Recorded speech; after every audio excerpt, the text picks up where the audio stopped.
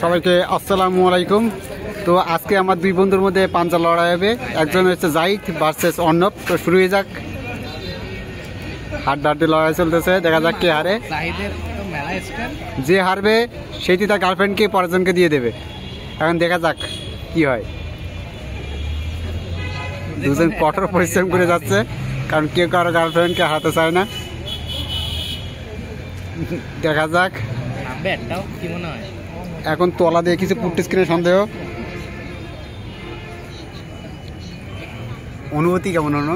মারাত্মক, মালের গায়ে মেলা শক্তি। মানে কে কারো গার্লফ্রেন্ডকে দেওয়ার জন্য রেডি না। হবে হবে, মনে হয় না নামবে, একটাও নামবে। তুইও নামাইতে পারবি না? সমস্যা না, দুইজন গার্লফ্রেন্ড দুইটা আমি নিবানে।